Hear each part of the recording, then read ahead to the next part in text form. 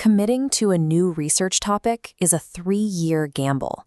You are wagering your funding, time, and professional career capital on a single question. Traditional English language teaching research moves at a predictable, measured pace, but the life cycle of AI technology is volatile. The digital tools you begin studying on day 1 might be obsolete by your final defense. This creates a serious dilemma. Right now, there is intense pressure to select high-demand AI-related topics, like prompt engineering or ChatGPT integration, just to secure publication in top-tier journals like System. But editors at those top-tier journals are already saturated. They receive hundreds of surface-level AI submissions every month that fail to offer new insights.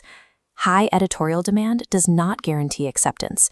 If you chase a trend without a rigorous foundation, your 3-year investment will likely end in a swift desk rejection.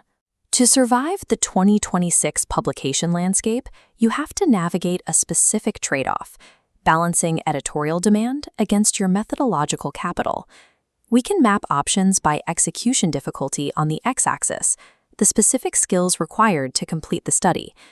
The y-axis is journal editorial interest, the topics journals actively prioritize. Mapping high-demand clusters onto this matrix prevents investing years into projects you cannot successfully defend. The first cluster of trending topics focuses on the human-AI interface. This includes subjects like AI literacy among pre-service teachers and teacher readiness for generative AI integration.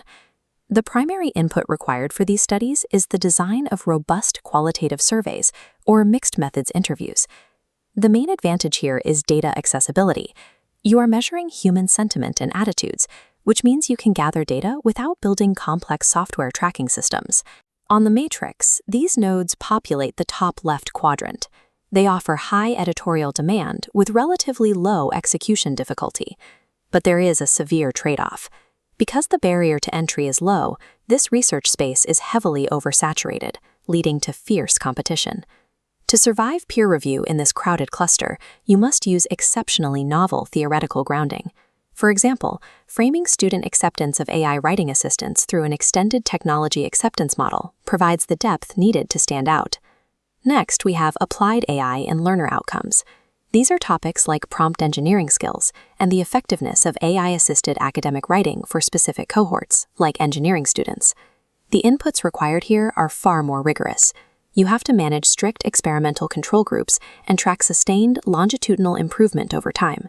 Journal editors highly prize these studies because they provide hard evidence of actual pedagogical effectiveness, moving beyond mere learner perceptions. Looking at the matrix, this cluster populates the top right quadrant. This is high-effort, high-impact research. The hidden critical trade-off for these studies is the constant threat of technological obsolescence. A major update to a large language model could completely invalidate the findings of a 12-month study before the peer review process even finishes. While these topics offer high prestige, they carry a massive timing risk. This path requires rapid data collection and immediate submission. The final, most specialized cluster focuses on high-capital interdisciplinary niches, such as corpus-based writing instruction and learning analytics. These require massive inputs.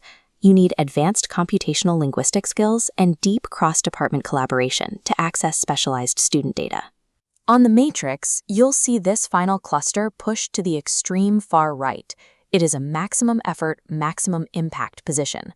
The primary outcome here is massive differentiation.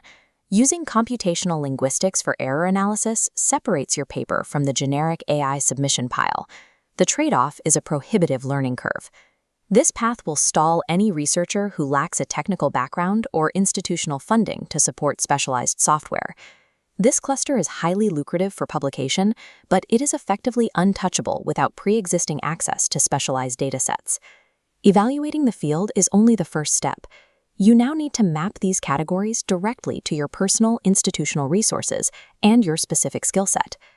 This flowchart, the 2026 Topic Selector, is a decision framework designed to definitively match your capabilities to the correct research path. We start by branching into 2 profiles, the specialist and the educator. For Path 1, the specialist, if you have a computational background or access to niche demographics, leverage interdisciplinary topics. This guarantees editorial interest, even if the execution phase is slower. For Path 2, the educator, if you are a classroom practitioner with limited funding, focus on prompt engineering or AI feedback studies. Just remember that this second path requires strict experimental controls and rigorous ethical compliance regarding student AI use to be taken seriously by top journals. There is no universally best topic. The optimal choice is entirely dictated by the access to resources you already have. Selecting a topic solely because it mentions ChatGPT is a recipe for failure. By 2026, journal editors will easily spot and reject AI studies that lack deep methodological rigor. The core rule for success is to pair trending technology with a hyper-specific demographic niche, such as first-year engineering graduates. A strategic research investment relies on a unique methodological advantage that sets your work apart from the crowd. Protect your 3-year academic investment with a calculated strategy. That is how you ensure your research survives the peer review process and makes a lasting impact on the field.